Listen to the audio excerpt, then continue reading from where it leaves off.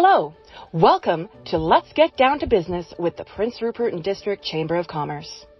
We are here to give a voice to our local business owners, entrepreneurs, and community leaders to strengthen and support our local business community and to share the wisdom and experience of longtime business leaders and the fresh ideas and experiences of new entrepreneurs. So let's get down to business. Welcome to Let's Get Down to Business. My name is Daphne Thompson, and I'm the president of the Prince Rupert and District Chamber of Commerce. Today, I have the privilege to speaking to Sarah Ridgway from Rainforest Fabrics right here in Prince Rupert. Sarah, welcome to Let's Get Down to Business. Thank you. Hi. Thank you for joining us. Let's get right into it. Please tell us just a little bit about you and where you come from. I'm from Lillooet, and I met my husband and we moved to Prince Rupert about 22 years ago. And so it's a big change from a desert to puddles everywhere, but we have adapted quite well. And now we live, my husband's a commercial fisherman, and I've volunteered in the community over the years with many different things. I know a lot of people in a lot of different ways. I was a Sea Cadet leader, involved in the Sea Cadets. I was a Beaver leader. I've been involved with the Arts Council and different art things in the community, and ran Creative Jam for 7 years with the Arts Council, and I'm organizing a craft fair upstairs right now this winter for Winterfest. So, oh, that sounds amazing. Yeah. So how did Rainforest Fabrics come about? So several years ago, I had to have foot surgery actually, and I was talking to a lady that has a store in Fort St. John, and she was mentioning that she might open a store here, and I thought a career change was in need. And so I started working for her. I worked for her for about 2 years. I started in about 2017 when she opened the doors, and then I bought the business on October 6th of 2019. Oh. Yeah. And then COVID hit in the spring, so that was fun. So I thought I was going to lose, shut down, the world's coming to an end, we're all going to die. Then the doctors approached us, and my friend Allison, who works for one of the doctors up there, actually talked to us as well. And so we designed some masks and sent them up, and then they adjusted the patterns to how they wanted. And then we made a pattern, and we started giving this pattern out for free with some fabric. And people, because my mom and grandma had died, so I have a lot of fabric at home. And so we started chopping that up and giving out free mask kits. And so then people would take them for their families and sew up these masks. And then what happened was some people, I just want to sew because I'm bored, because I'm at home. Can I take a kit and bring it back? Yes, you can, because people are asking for masks. So then people started signing up. I don't sew, but I need masks. This is all before they were required. Oh, yeah. So, yeah. So if you came in with your family and you had 3 people in your house, you say, I just need 3 masks. No, you would get 6. You'd get 2 masks each, because one can get washed while one is worn. And so we did our best with what we had. And then the city actually, our dear Mavis Glencross has some sewing machines up there that she let them use, and they made a bunch of masks as well that donated to the project. They were going to start their own, but we already had one going, and it was all volunteer. It was all, every dime that went into it all went back into it. So people would donate, like they come in and they get 5 masks or 6 masks for their family. And so then they'd say, here's some money, like $20. So we throw it in the jar, and that would help cover the elastic charge or the nose wire pieces or the bias tape. And then that just kept it going, and it kept actually going until October. And then in October, the mask became required, but I burst into flames. So my store melted yeah, it burned down to the ground on October 5th, a day short of my 1-year anniversary. Oh my goodness. So, during this project still. Pardon?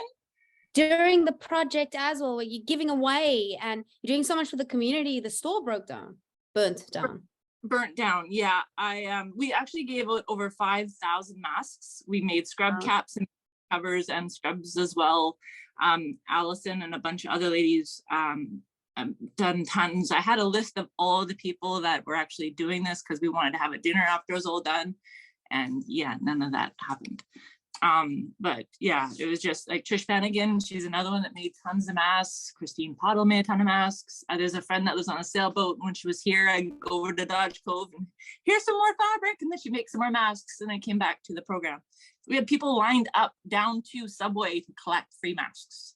Wow. From our, we were on Second on the corner of the empty lot now, all the way down the street. Like we gave out a lot of masks. Yeah. Shucks. Crazy. All right. So Yeah, let's go forward a little bit now. Oh, Say sorry. again? Yeah, I said melting didn't help because then people would phone me at home. Do you have any fabric? No. Yeah, so. Oh. But All right. So advise how them. did you recover from that? So then so driving around this town trying to find a place to rent is horrible. If you actually take a time to drive around and try to find a decent place to have a fabric store, you need to be a dry, clean, safe environment. And there's really not that much to rent out there. We looked at a few places that were way too small. That was the other thing. I needed some size. And so I was looking around. My husband said, you have to start looking. You can't give up. We have insurance. We'll figure it out. And so in November 1st, actually, I started rent on a new place. Yeah, go figure.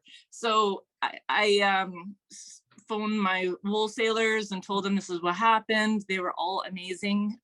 There's a few hiccups, but for the general part, they're amazing. Beverly from HA Kid was phenomenal, walking me through a few things. I hate insurance. I never want to deal with them again. But like there's a lot of not time. But like we had like I have a friend like a bunch of guys that Jamie knows, like Dale and Paul and Ross, like a bunch of really great people, I'm probably missing a few, came and they helped us like move walls in here. We had electrical moved. My friend's husband Ed came and did some electrical for us. He was a certified electrician. It was just, and then Paul Maragna was tearing apart an old building and they were taking stuff to the dump, slat wall. And it's like, wait a minute, Sarah can use this. So I recycled it. It was just amazing how the community came through. And then a gentleman in Glen Saunders and Terrace was closing. And he had a bunch of fixtures he had online for sale, but my friend Dolly hooked me up and he gave me a bunch of fixtures. Like, it was just amazing how so many people helped. Wow. That's quite a journey you've had the past almost 3 years. I'm gonna cry. I don't want to cry. That's amazing. Wow. Congratulations. What I feel like your story is actually so inspiring. Yeah. It really is. You came in, immediately started helping, just giving back to the community, just being there for everyone. And the minute you needed it, the community just gave right back to you. Yeah, they did. That is, wow. I'm in awe. What a journey. So let's come back to today. Tell us about the store today. We're in a big concrete building in the base of the Highliners. So I'm actually going to go here. So we have a huge space now, which is quite nice. Actually, Quilters made that when I reopened, and that's a year anniversary of reopening. But so we have a long arm and we have a lot of space. Like it goes around the corner yet with cottons. And then we have a classroom space back here. There's one of my instructors actually prepping. Hey, Mavis. Oh, and you teach as well. Yeah. Tell us a little bit about that. So we have classes that happen all the time now that we're allowed to. So everyone gets like an 8-foot table. So they have their own space, their own bubble. They can have their own mat, their own cutter, their own area, which is quite nice because it's still, we want everyone to be safe and feel safe, and we want our instructor to feel safe as well. Yeah. So it's nice, and it's really enjoyable to not be crammed in a corner to do a class. So that's kind of the bonus from COVID, I guess. But we have beginner sewing, we have adult sewing, we had a kids sewing, we have different techniques and things that you want to learn. Just come in and ask, and we'll try to run a class. I plan to have like a Mariner Star class happening in the new year. We have we had paper piecing classes happen in the past, and a few other ones that we're trying to reline up again. We have ice dyeing with Dolly, which is a lot of fun. We plan to have that in the spring as well. We're just kind of rolling back into the classes now that it's the world is not as scary. It's still full of terrors, but not as bad as it was, I guess. Or And we think we're more. Which ones are your most popular classes to teach? Adult sewing seems to be popular when it's not gardening season. Yeah, adult sewing seems to be good. We have a 3-meter quilt class, which is a lot of fun. You make a quilt using 3 meters of fabric at the top, and you get the book. So we're teaching you how to use the patterns in the book to make the quilts. And then ice dyeing is really popular. That fills up like instantly. Yeah. And when people ask for things, we try our best. So what are some of the most interesting things that people have asked? Oh, like using warbler and making horns and scales, and a lot of weird costume stuff has been kind of cool. I really like fashion designer when I grew up, and now I'm a quilter. So the whole taking something and reusing it, and like when people come in and they're asking for something and you're like, oh, I don't have any, but hey, have you checked Pacific Net and Twine? Like, they probably think I'm nuts. They probably should carry my cards down there because I send a lot of business that way. And there's Sea Sport. I've sent people to Sea Sport looking for weird things, and like because I shop local, I know what else is in other businesses, and it's kind of nice to know what's out there, right? Because I carry weird things that they probably don't think I have. Like, it's nice to send people locally versus Amazon. No, that is true. That is very true. Yeah. Support local is always better. That's how our community thrives, and that's how our business community grows, if we are supporting each other. Yeah. Well, and the thing is, well, how come we have no stores in this town? Well, if you don't shop local, we won't have any stores, and everyone will shop online. But I do have a website, do online as well. I'm not against online. I'm still for small business though, right? I actually did have a look at your website. I really like the video that you showed there about also telling your story and showcasing everything that you do on there. I think that's really brilliant. So I try. I try. Yeah. Oh, very much. So tell us a little bit about the products that you keep as well. So we have a lot of different stuff. So like we specialize in quilting, of course, and that's what a lot of quilters in this community, a lot of quilters in the north, but we also do custom orders, and we have lots of regalia fabrics that I bring in and for special orders, or we have a bit on the shelf as well, like fringes and the bias tapes and the wools, and the ultra suede, things like that. I have a line actually on real ultra suede now. That's hard to find. We have beading supplies, we have DMC floss, threads, zippers, you name it, we probably have it or can get it. I don't knit. I don't carry wool yet. I do have a girl employed with me that knits, and Mavis also knits, my instructor. So you would have to ask them for help, because I believe in knowing your product that you sell. Specialization. Yeah, so I'd be completely clueless on the matter, and my grandma tried to teach me, and that was a complete fail. I just can't. I just know I like fiber that's already been into the fabric. Yeah, that is awesome. All right, so now that you've gone just over 3 years worth of business experience, you have really in Prince Rupert, I mean, you really have gone through hell and came back a winner. Oh, that's nice. I've been hacked on Facebook, lost all my followers. I've been audited by GST and had to do all that with all my papers melted. It's been a weird adventure. It feels like you have gone through so many things that a lot of entrepreneurs take so much longer to go through. So what are some of the advice that you can give entrepreneurs in having a successful business? First, expect the unexpected. Always expect the unexpected. Day to day, expect the unexpected. Like change is the only constant.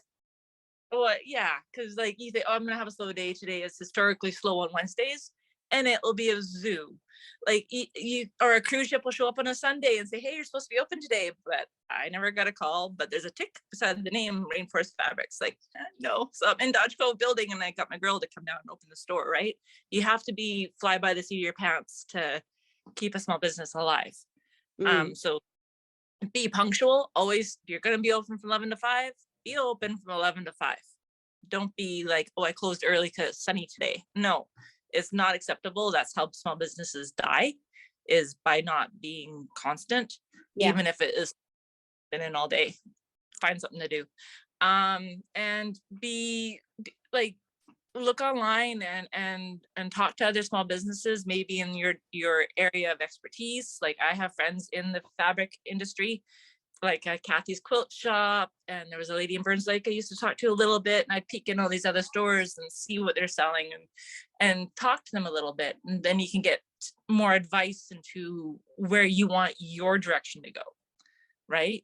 Because maybe it failed, but you tried something and it worked. So why did mine work and hers didn't, right? Or that kind of thing.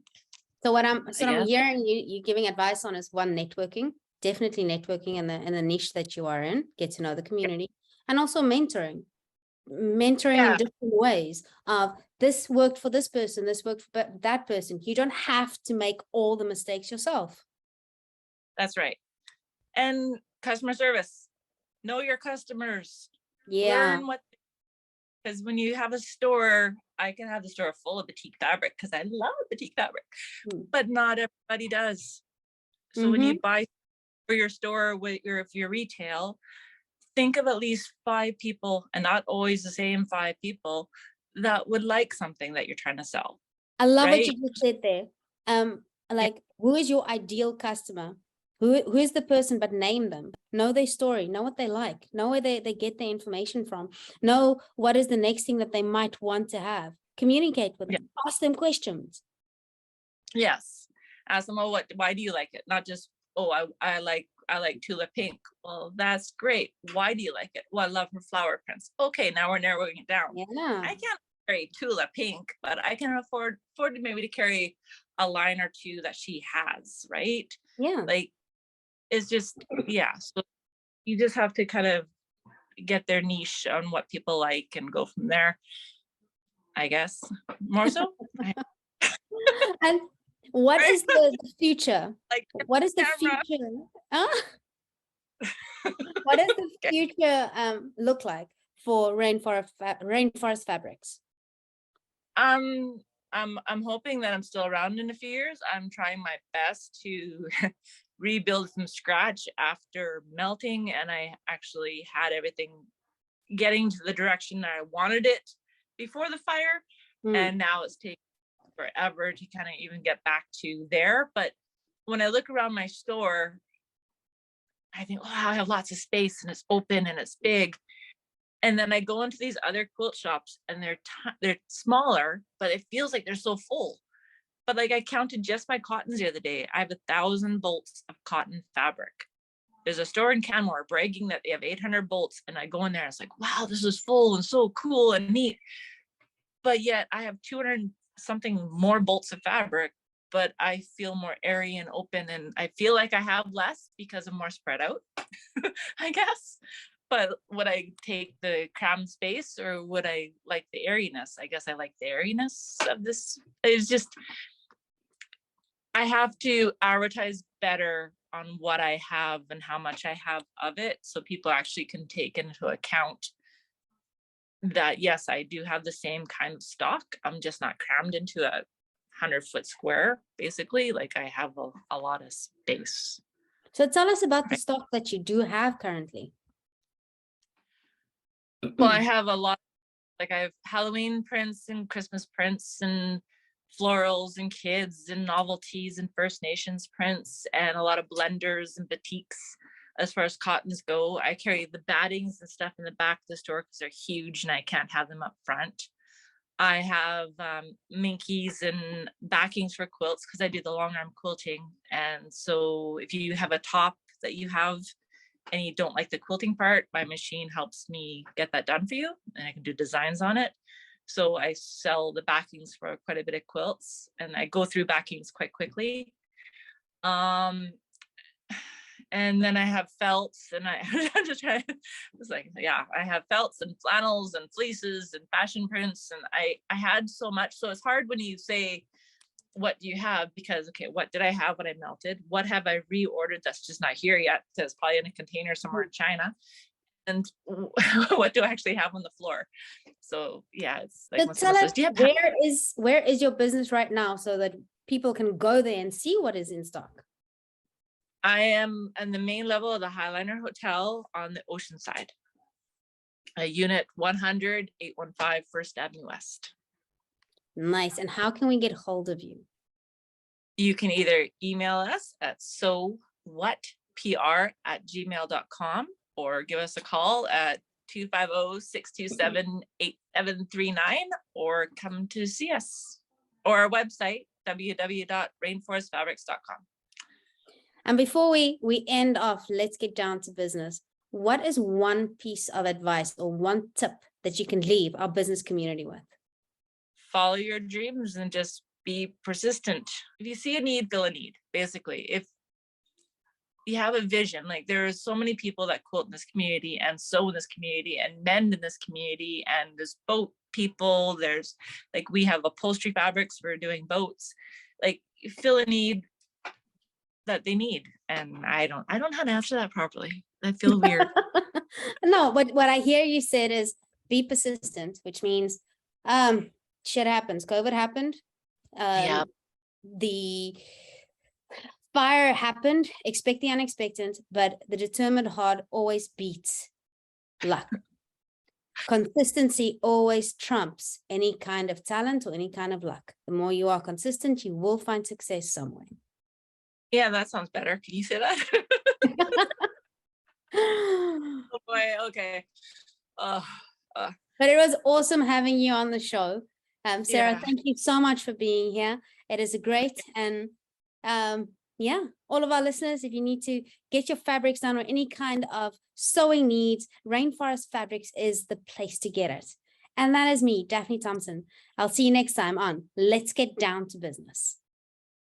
Thank you for listening to the Let's Get Down to Business with the Prince Rupert and District Chamber of Commerce.